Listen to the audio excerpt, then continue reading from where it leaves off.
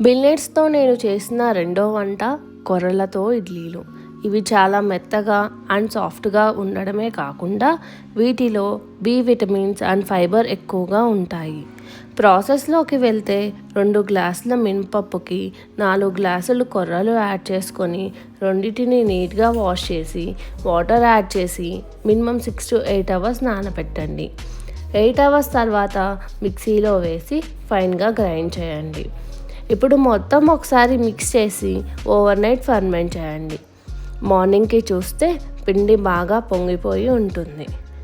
ఇప్పుడు దీనిలో కొంచెం సాల్ట్ అండ్ జీరా యాడ్ చేసి మిక్స్ చేసి ఇడ్లీలు వేసి 13 minutes ఉడికించండి.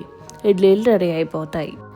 మిల్లెట్స్ ఒకప్పుడు ఎందుకు తిన్నారు అని ఆలోచించే బదులు ఇప్పుడు ఎందుకు తినాలో తెలుసుకొని డైలీ ఉపయోగించడం వల్ల మనకి చాలా హెల్ప్ అవుతుంది.